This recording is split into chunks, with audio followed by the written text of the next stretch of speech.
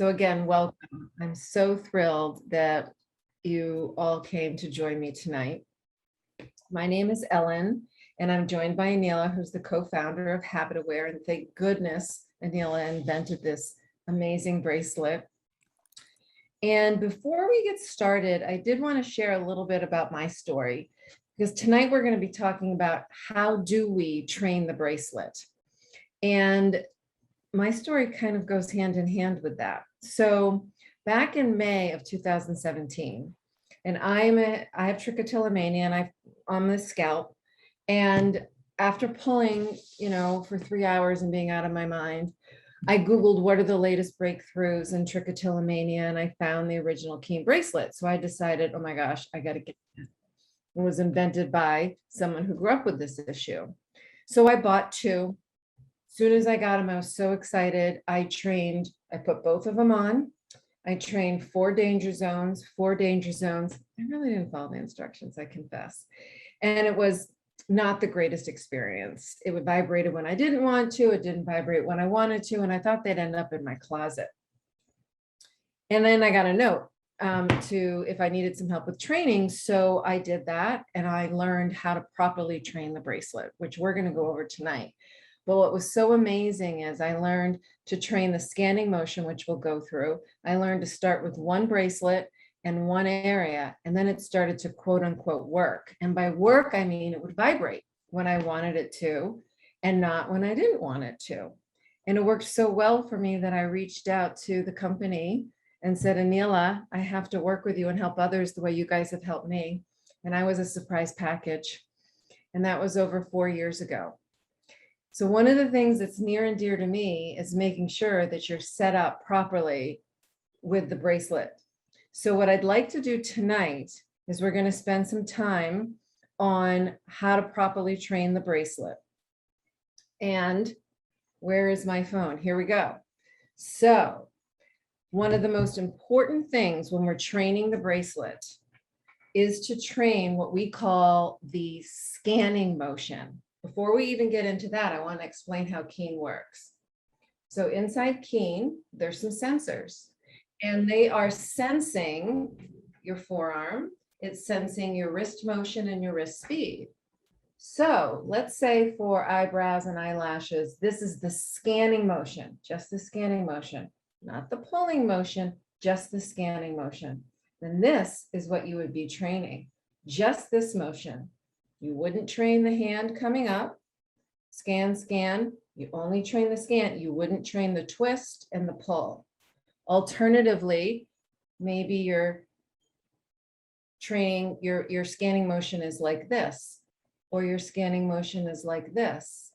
All you're going to do during the training, which we'll do together, is train that scanning motion, which is what you do with your fingers before you pick your eyebrows or eyelashes or before you pull.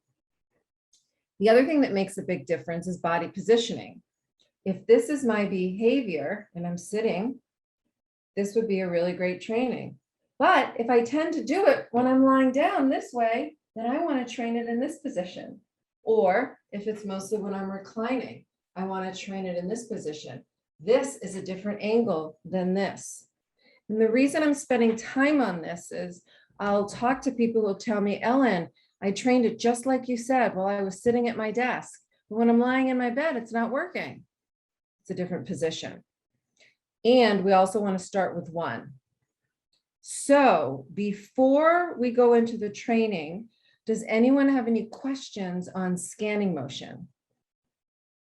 And feel free to put them in the chat or to come right on screen and ask questions if you wish. So we just want to make sure that you do understand that idea of what a scanning motion is, right? It's that thing you do before you pull. This is mine, so you can see my bracelet just vibrated. So that thing you do, and how big? So Joanna asks, how big of a scanning motion distance is too big? That's a great question. So you want to do the micro movement, and Aneela, I'll chime in as you wish. you want to keep it very tight, but there has to be movement. So this would be, what you don't want is something like this, where you're going all the way across, or from this eyebrow and then coming over to this eyebrow. This would be too big of a motion. Alternatively, I do see people sometimes that are all fingers. There are lots of fingers and hardly any movement. And that's very common in the area with when it's very tight by the eyes. And the solution for that is really just to exaggerate just a little bit, whatever your fingers are doing. So you see how I'm exaggerating just a little bit. You want to do the same micro movement back and forth. Maybe it's this way, maybe it's this way. Is there anything else, Aneela, you want to add to that? Yeah, so if there's no motion in the wrist, because it's all mostly the fingers, as Ellen just kind of said, just look at how the fingers are moving. Are they going back and forth? Are they going up and up? Are they going up and down? And then give that wrist that same motion. So up and down, or a little left and right, just a little bit to give it some data, right? Right. So Keen's gesture detection is only as good as the data it collects from you in that 30-second training process. And so that's why it's really important also to do one movement. So that's sort of why we say do a small area, right? Because Ellen was showing, if you go like this, it's really creating almost a set of two movements, right? That bigger sweeping motion. So if you try to stick to a smaller area, then it's that one motion over and over. The bracelet's telling me to take care of myself. That's right. And here's the other thing, hot tip.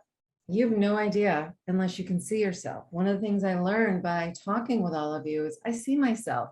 This is my behavior right here.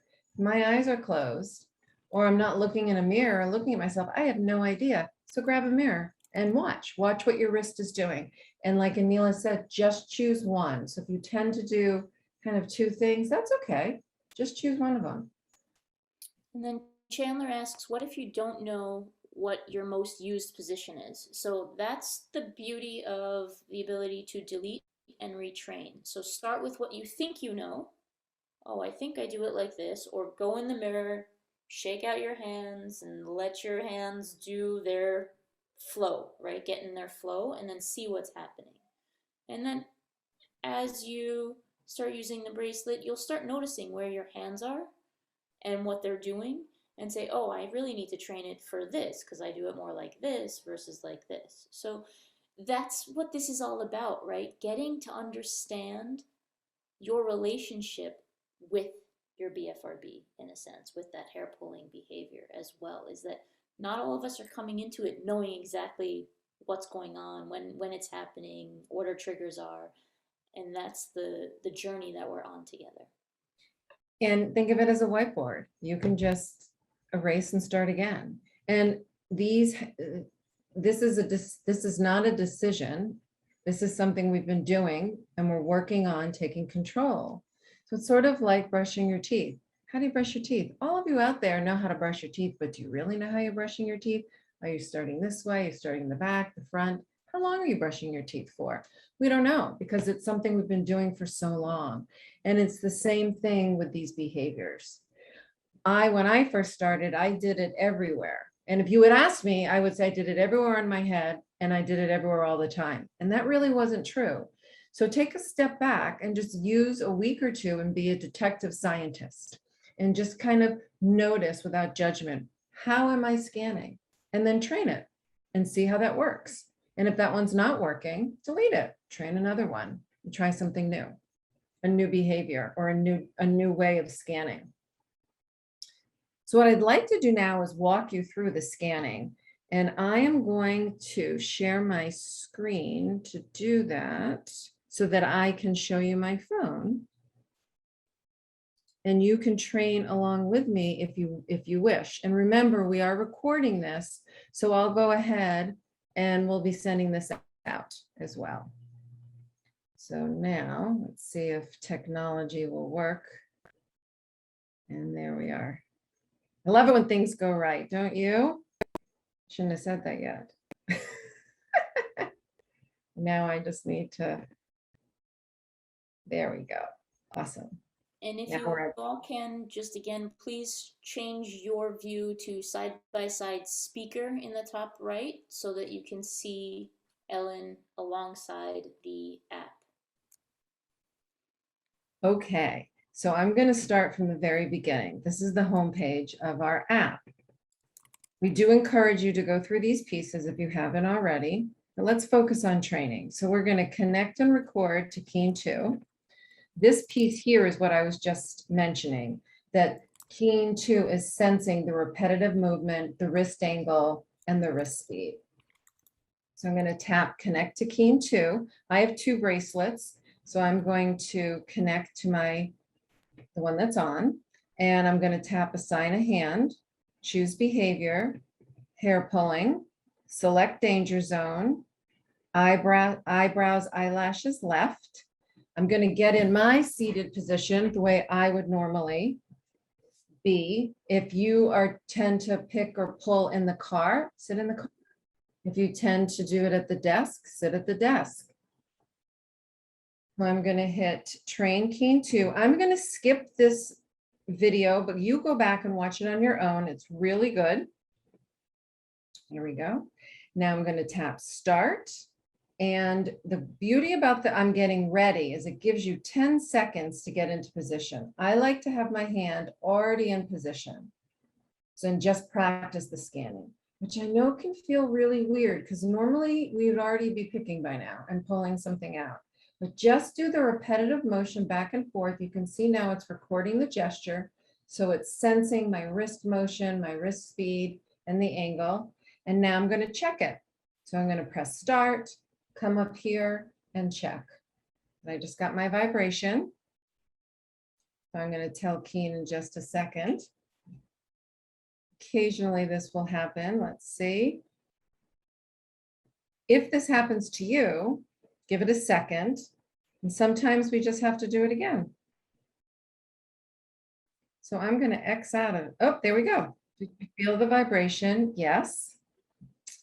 And now I'm going to X out and I'm going to go to the area where we can do some adjustments. And we're going to talk about that.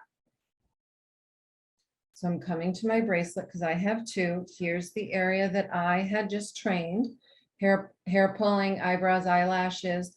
Here I would name this desk so you know the difference in case you train another area at another position. You can decide on vibration settings if you want a different feeling of the vibration. And motion sensitivity and zone range is where we get to do some adjusting. But let's talk about those before we do anything. Sort of like you've moved into a house and you've no window treatments up. Before you run out and put them up, notice where the light comes in. You might like where the light comes in. You might not need to make any adjustments. And there's 3 kinds of adjustments that we would make. But before I get into that, we are humans making technology. So it's not going to be 100% perfect. But the goal is just to build awareness. And we like to say that we aim for 80. It's just like life. If 80% of the time you feel 80% good, that's a win. So if 80% or better, we get the vibration, that's a win. And if we're getting some false alarms, those are okay too. There's 3 different kinds. The first one is the really productive false alarm. This. If I do this, I just got my vibration, this could lead to this. So this is an excellent false alarm. However, if I'm getting a false alarm like this, that might not be so great. But if I take a drink of water and I get 1, no big deal. Take a drink of water and I don't get it again, that's awesome. Just 1 random vibration. And if we get the random ones, that's okay. Every time Keen vibrates, you want to consider it a hug on your wrist telling you that you are amazing and you're learning where your hands are, which we'll get into first in a second. So we have productive, we might have a one-off. It's when we have those constant ones, you're emptying the dishwasher and every time you put the glass up, you get a vibration. Or you're driving and every time you get the vibration. Then we work to adjust within the app. So here's how we do it. Let's say I'm getting a false alarm drinking. What I would do is then if I'm getting too many false alarms every time I drink, you adjust the motion sensitivity. Let me make that a little bit clearer. If you're getting false alarms near your danger zone, and in this case, it's eyelashes and eyebrows, then I'm going to adjust the motion sensitivity. Too many, I'm going to go down to a 7. First thing I do is test, make sure I still get the vibration, and then I test again. And if I don't get the false alarm, that's great. If I do, I go down again and test and test. Now, sometimes we do need to adjust ourselves. And I'm going to give you an example that's near and dear to my heart. This is my behavior. You see, when I'm on the phone, doesn't matter what I do, I'm going to get false alarms. So what do? This is my adjustment. Or I adjust my arm position. Just moving it up a little bit will take away that constant false alarm because it's so close to my behavior. And it's so much more important to me to have Keen by my side than to be able to talk on the phone with the phone near my left ear. If you're not getting enough true alarms near your danger zone, then you're going to increase the motion sensitivity. The average is 8, you just keep going up. So that's what we do for motion sensitivity near your danger zone. Now, if you're getting false alarms that are constant away from your danger zone, you're texting, you're putting that glass away every single time in the dishwasher, you're driving, then you would adjust the zone range and you would go from wide to narrow. And that should take care of it. If it doesn't, and you're getting a lot of false alarms, just delete and retrain. Maybe you need to check your body positioning a little bit, or what your arm is doing, or what your wrist is doing. And that's the beauty of this, is that you can easily erase and re-report. Now, before I go on to teaching you how to add other areas, does anybody have any questions? Or Aneela, are there any questions that have come through? So there was one question about sometimes it buzzes when I put on chapstick, or I get annoyed and don't correct the false buzzes. How important is correcting the buzz? So understanding, if I'm understanding correctly, this idea of correcting the buzz is pushing the button on the bracelet to delete the data point. So that's very much useful should you want to track your data in the dashboard that the app has. But understand that the bracelet is not getting smarter with that information, or revising its detection algorithm for you. Maybe one day we'll get there. So it's really a personal choice of if you want to delete that data point. But something like that where it's, if you're putting chapstick on, right? So it's very much that same probably angle as playing with your eyebrows. So understand that you're engaging in a very similar behavior, right? That when you're doing that. So just understand, oh, yep, it's the same movement. It's not my eyebrows, not my eyelashes, but it's that same movement. But I understand my hands are, I'm doing a good thing for myself. So you celebrate that moment of putting chapstick on. Okay? So hopefully that helps. And I'm checking to see if there's any other questions. Any tips on vibrating when it's driving? So again, that would be one where Ellen was talking about the zone range, where if you're driving like this, you would move your zone range to narrow. So the way I like to explain zone range is, think of it like there's a cone or an imaginary sphere around the bracelet, okay? And so that sphere is this area of space that I'm trying to circle around my body right now.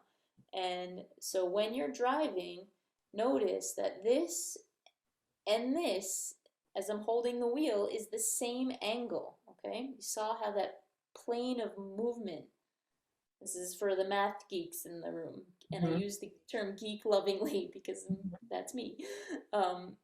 It's the same plane of motion, so it's a very similar movement. You might get false alarms, but if you change the zone range to narrow, you're kind of tightening that circle of look in this big space to look more tightly. Okay, does that make sense? I hope that makes sense. And then again, like Ellen said, if that doesn't totally reduce those false alarms, consider just shifting how you hold the wheel. to help you mitigate those false alarms if they get to be too many. Yep, I agree with, Ellen, do you? yes, absolutely. Sometimes like I have to adjust myself with my phone. Sometimes we have to adjust a little bit with the phone. Sometimes with kids, I'll notice, they might get false alarms if they raise their hand this way, and so I guide them, raise your hand this way or use the other hand. So there are things we can do to help mitigate those false alarms. And again, you can always delete and retrain it. So let's talk a moment about adding on. So we have one area, eyebrows. Now let's say I wanted to add same hand, but the other one. First thing I do is test to see if it works, because it might. But if it doesn't, this is the best practice. Your detection setting right here under general settings is on. We turn it off. Then we tap back and we repeat the same process and we do the training. But here's what's important is you want to leave this one off for a couple of days while you're testing this one. So I'm going to call this one eyebrow right. Leave eyebrow left off while you're testing eyebrow right for a couple of days. Why? If this one's on and this one's on, you won't know which one's vibrating in order to adjust it. One's eyebrow left, your first one is to your liking with your zone range and your motion sensitivity, disable it, use this one. And then once you get your numbers and your zone range where you like that, then you turn it back on and then you'll have two areas. If you need a third area, you'll do the same repeat and you will just turn off area 1 and area 2, and then you would add the third area. So that's really the best practice in adding on new areas. Any questions about adding on? Yep, so we have a question about why can we only add up to four motions or behaviors or danger zones, whatever word you'd like to use. And so the reason for that is also is twofold. One is to help mitigate false alarms, because you may wind up, as Ellen said, right, training four things in the same area that are very similar. So you may not need to do all four. So it's really to mitigate those false alarms that you don't create so many notifications for yourself. So that's again the beauty of, as you learn what's happening, what your hands are doing, you can move with it, if that makes sense. You can delete, you can turn off and add a new one, you can delete and add the new one. But really the goal that we hope to see in our Keen family is that shift of really understanding and noticing, oh, my hands are here. Okay, I'm gonna, as you use that as your cue to change behavior to something healthier, you will hopefully start seeing that your hands will go less and less to your hair, to your skin, to your nails, and more to those healthier strategies. Mm-hmm. Does that answer? Would you add anything to that? Why can we only add four motions? Yes. When I first got mine, that was my question too. I got to tell you, Neil, I was pissed off. I couldn't add more. But I get it. Once I started using it, I realized, and again, I pulled everywhere. What I learned over time is that I only needed 2 areas and 1 bracelet, which shocked me. And that is as you become aware of where your hands are, you will notice that your hands over time will go down and away and towards your healthier behaviors, drinking water, playing with a fidget, and you probably won't need those other areas. So I agree with everything Aneela said, and I would encourage you to be excited instead of disappointed. Wow, there's only 4. Be excited. Wow, there's 4. Let me start with 1 and see how I do. And over time, I realized I just needed 2 areas. And this is mine, is I really liked to take it and then also put it into my mouth. This is too big of a sweep for Keen. So I broke it up into 2, which is this and this. And that's all I need, because I learned over time, I start left, didn't know that without my awareness. And once I get that hug on my wrist and I put my hand down, I don't move right and I don't move to other areas. So any other questions regarding the technology on the bracelet or any of the trainings that we've gone through? I just have a couple of other things and I want to be conscious of time, and we have a couple more minutes before we're at the half hour. Any pressing questions that you or that any of you out there have? Okay, so let's talk just a moment about Oh, the, one quick oh, question came yes. in about where can you name your bracelets? So, Ellen, in the mobile Okay. app, if you go to the band settings, so that's the, or Ellen's gonna pop her uh, Whoops. Let me user do that it. says, Sorry, folks. It's like when you're Murphy's Law, when you want to do it and you're looking right at it if and you, you know everybody's watching you. that's okay. In the app, at the bottom of the screen, there's the main menu. You'll click on the dashboard icon, which is the chart, and then that'll show you your data. And then from there, you'll click on the band settings icon. So I'll just show my screen real quick. So the Yep. band settings icon is the little band up in the top left. And here where it says band nicknames, sorry, my screen a little bright. Maybe that's not so much better. Ellen's got it right there. It says band nickname. She's named hers teal and black. So that's where you can nickname the bracelet. Then if you jump in under behaviors, you can nickname the behavior itself, as she's done danger zone nickname desk. So that's good for um, if you have the same behavior, eyebrows, eyelashes left, but you do one again sitting up at your desk, but then also lying down in bed, right? So you would want to turn the desk one off when you're in bed and make sure that one's on to again mitigate those false alarms. And you could So name that's where it. you can nickname your bracelet and your behavior. And you might find, like me, where I need two, you might find I do this and I do this. And if that's the case, you might end up having two, and one of them you nickname Pinky and one you nickname Pinch. Yep. You might And find you do stroke and you do twirl. So you might end up having two different behaviors. And that's a great way of nicknaming them. and so there's another question about where to find and change the motion and zone range sensitivity. So they're again Yes. right in where the specific behavior that you've trained for. So Ellen will click on this hair pulling, eyebrows, eyelashes left. And And then again, here, right there where she's done the nicknaming, the general settings detection, you can turn on and off. And then vibration sense settings is basically how you want that vibration to feel.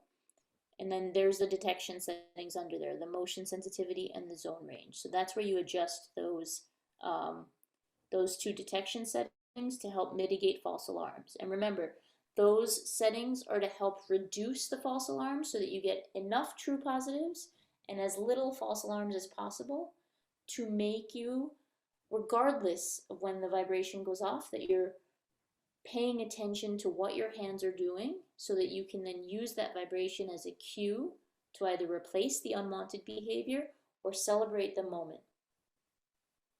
that's exactly right. And remember, false alarms are friends. This is an awesome false alarm because this is going to lead to touching up here. And I know we all, especially with COVID, we've learned that people touch their faces on average 23 times in an hour. We all do it. We all do it. But this bracelet is going to allow you to have the awareness of where your hands are. And one of the most critical things, in addition to getting a good training, is to have the mindset that, oh my gosh, this is amazing. It's a hug on my wrist telling me that where my hands are and sharing with me, it's a hug, not a slap.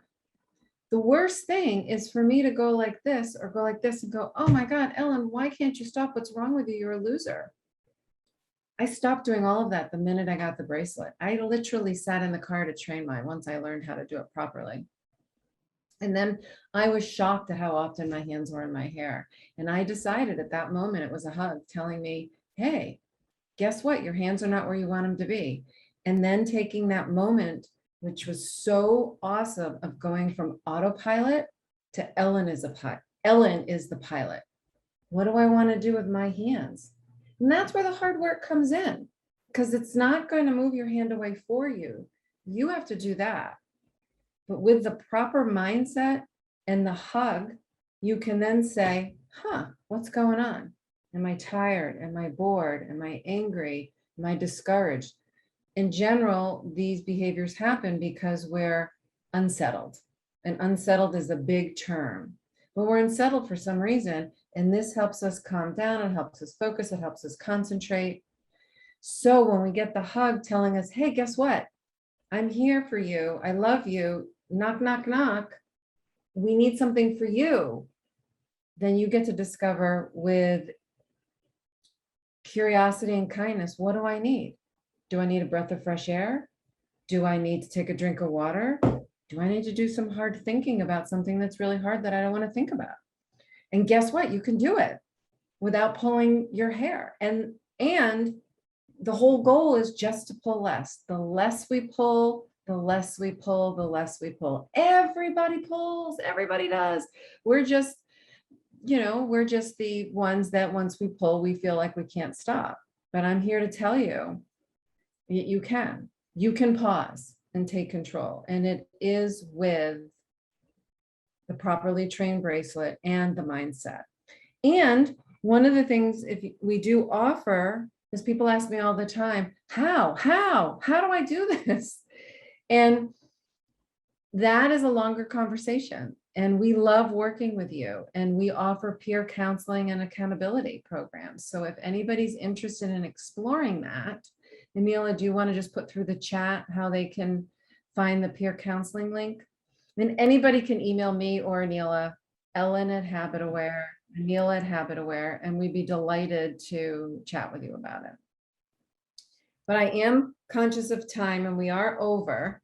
Does anybody have, and I'm happy to hang out for a few more minutes, but I want to make sure that I'm covering what, any other questions that you might have. There's a comment in the group about wanting to pull because it feels good. Yeah. And Oh, it can I brings take that to one? light, yes, please, the quote. You know it. I know it because I live it. And to this day, if you act today, there is nothing feels better than pulling my hair. Nothing except not pulling my hair. That moment of not pulling feels so much better than pulling. So this doesn't satisfy more than pulling my hair. No way. I even have, where's my all-time favorite? I think it's in my car. Oh, no, here it is. My fur ball. This doesn't feel better than pulling my hair. But if I get my vibration and then I grab something else and I don't pull for 10 seconds, maybe 10 minutes, maybe 10 hours, that feels better. That's the best feeling ever. And it takes coming from in here. So nothing feels as good as our pulling, except not pulling.